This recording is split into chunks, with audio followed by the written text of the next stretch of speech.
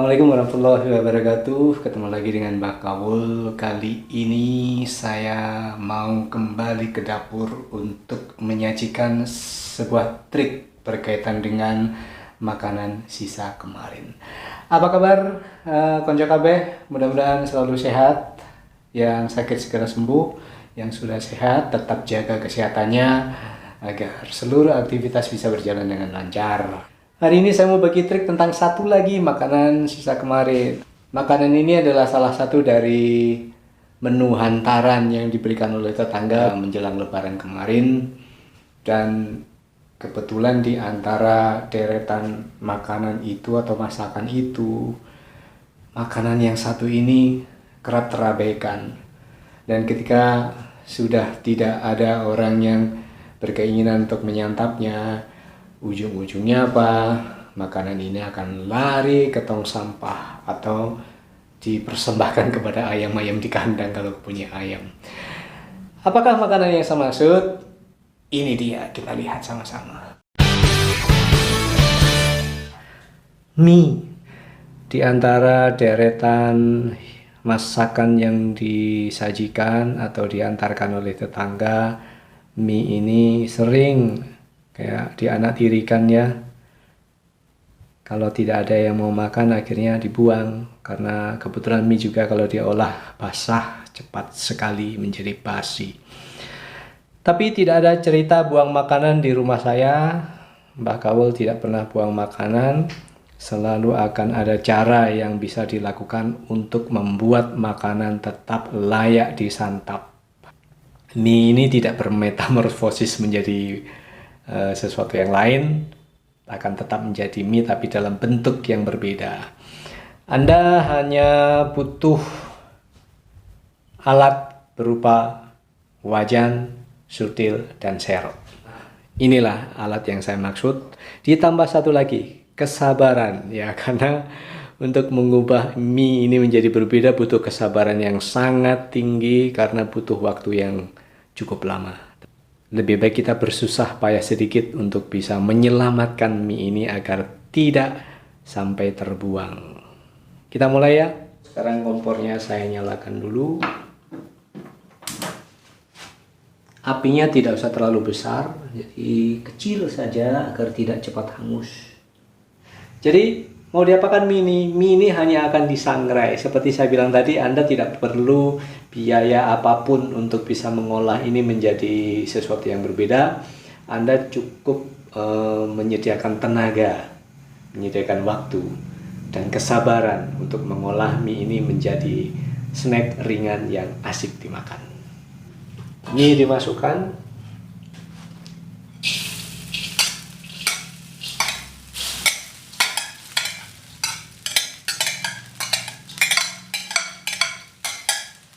Hanya seperti ini yang perlu dilakukan, hanya mengoseng sampai mie nanti benar-benar menjadi kering.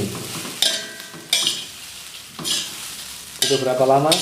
Bergantung ya, bergantung pada tingkat kebasahan mie ini, dan tentu saja bagaimana kita mengatur api agar tetap stabil.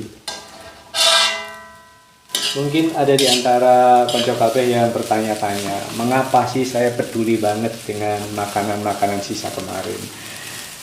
Ada sejarahnya. Dulu ketika kecil keluarga kami termasuk keluarga yang ya pas-pasan lah, bisa dibilang hidup pas-pasan. Jadi segala jenis makanan, masakan itu selalu dibagi-bagi. Dan ada cerita yang menarik. Setiap kali Bapak diundang selamatan ke rumah tetangga, itu adalah peristiwa yang sangat membahagiakan buat kami, karena nanti Bapak pulang pasti bawa berkat. Nah, berkat itu bagi kami merupakan hidangan yang sangat mewah, karena lauknya pasti bermacam-macam. Sedangkan setiap hari di rumah paling kami hanya ketemu ya sayur asam, sayur bening, sambal, iwak keris. Begitu ada undangan selamatan, wow, kami semua bergembira. Nanti Bapak pulang pasti bawa hidangan yang lezat meskipun jumlahnya terbatas. Sambil mengotek ini, saya lanjutkan cerita tentang berkat tadi ya. Saya dan kakak serta adik masih SD. Menjelang bapak pulang dari selamatan, kami biasanya sudah berdiri di depan pintu untuk menyambut kedatangan beliau. Dan begitu beliau datang, wow, pesta dimulai. Apa yang dilakukan? Ibu akan mengambil 5 piring. Karena kami berlima. Ibu akan mengambil 5 piring lalu menjajarnya di meja. Setelah itu berkat mulai dibagi-bagi. Dimulai dari nasi. Jadi nasi yang berkat itu kan tidak banyak ya, mungkin segumpal begini ya, sebegini. Jadi bagaimana kiranya nasi itu tetap cukup untuk kami berlima. Dibagi rata ke piring-piring. Nah, setelah nasi selesai, dilanjutkan dengan lauk. Namanya lauk berkat kan tidak banyak. Tempe ada sepotong, tahu ada sepotong, telur sebutir, mungkin ada ayam panggang yang juga cuma sepotong saja, ada mie dan lain-lain, cuma semuanya sedikit-sedikit. Kalau untuk mengenyangkan 5 perut tidak cukup sebenarnya.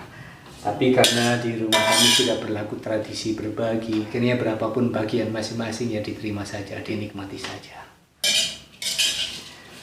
Lauk sudah dipotong-potong, tempe dipotong-potong jadi 5, tahu dipotong-potong jadi 5, telur dipotong-potong jadi 5. Setelah 5 piring siap, lalu kami bersantap.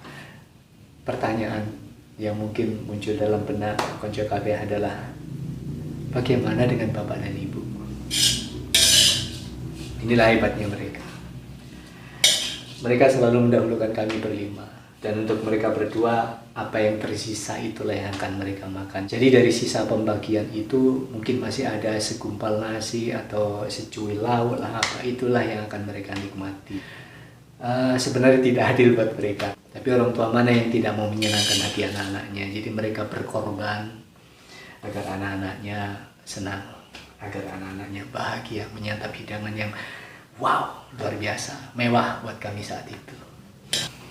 Itulah cerita yang bisa saya bagi kepada konco KB, mengapa saya selalu peduli pada makanan-makanan sisa kemarin. Mengapa saya selalu berusaha menyelamatkan makanan-makanan itu agar tidak sampai basi lalu terbuang. Lebih sulit lagi sih dulu ketika masih belum punya kulkas ya. Ketika masih belum punya kulkas ya otomatis kami harus bergerak cepat ya untuk mengatasi itu. Jadi kalau hidangan atau hantaran yang diberikan oleh tetangga menjelang lebaran itu berupa sayur misalnya atau kare, ya, secepatnya dihangatkan lalu disimpan untuk disantap besok. Dan seterusnya dan seterusnya. Ketika lauk itu masih ada, kami masih akan terus makan dengan lauk itu. Ini sudah sepertiga kering. Tradisi berbagi hantaran menjelang lebaran itu sebenarnya bagus ya untuk mengeratkan tali silaturahmi satu keluarga dengan keluarga yang lainnya.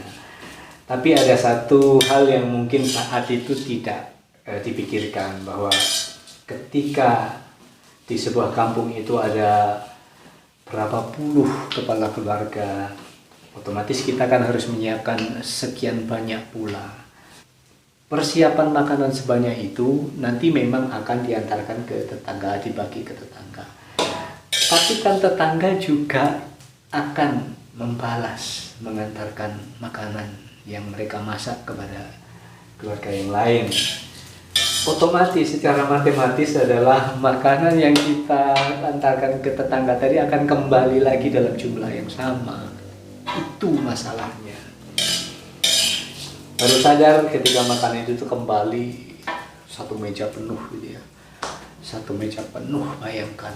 Dan itu tidak akan habis dimakan pada hari itu.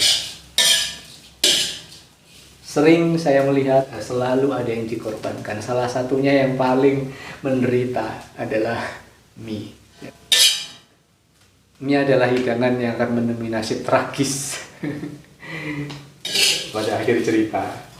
Jadi karena basi akhirnya dibuang. Ya lumayan, seandainya punya ternak ayam masih bisa diberikan kepada ayam, tapi ketika tidak otomatis akan dibungkus dibuang. Bayangkan, untuk mengupayakan hadirnya mie itu setiap orang pasti butuh biaya. Bahkan banyak sekali, bukan rahasia, banyak sekali keluarga yang untuk bisa mengadakan selamatan itu harus berjuang, harus bekerja lebih keras lagi. Tapi ketika masakan sudah jadi dan kembali dibuang, bukankah sayang? Dan ketika melihat kejadian-kejadian itu sebenarnya terpikir dalam benak saya, tapi saat itu karena masih kecil tidak terlintas gagasan untuk bisa menyelamatkan ini agar tidak terbuang. Ya sudah, akhirnya melihat keesokan harinya dibuang.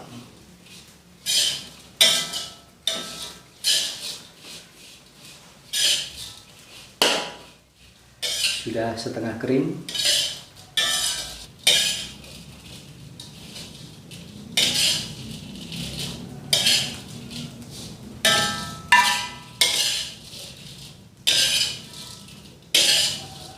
Kalau konco-konco punya cerita yang mungkin sama atau mirip dengan apa yang saya ceritakan tadi, silahkan bagi cerita kalian di kolom komentar ya. Saya tunggu.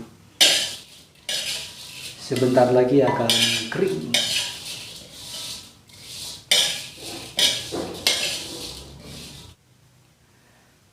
Ada potongan-potongan kubis dan ini harus dipisahkan agar tidak membuat mie yang sudah kering nanti jadi melempem ya.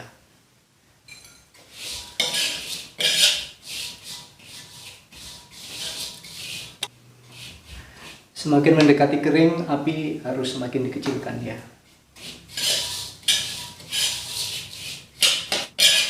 Ini sudah hampir kering. Kita lihat sudah hampir kering.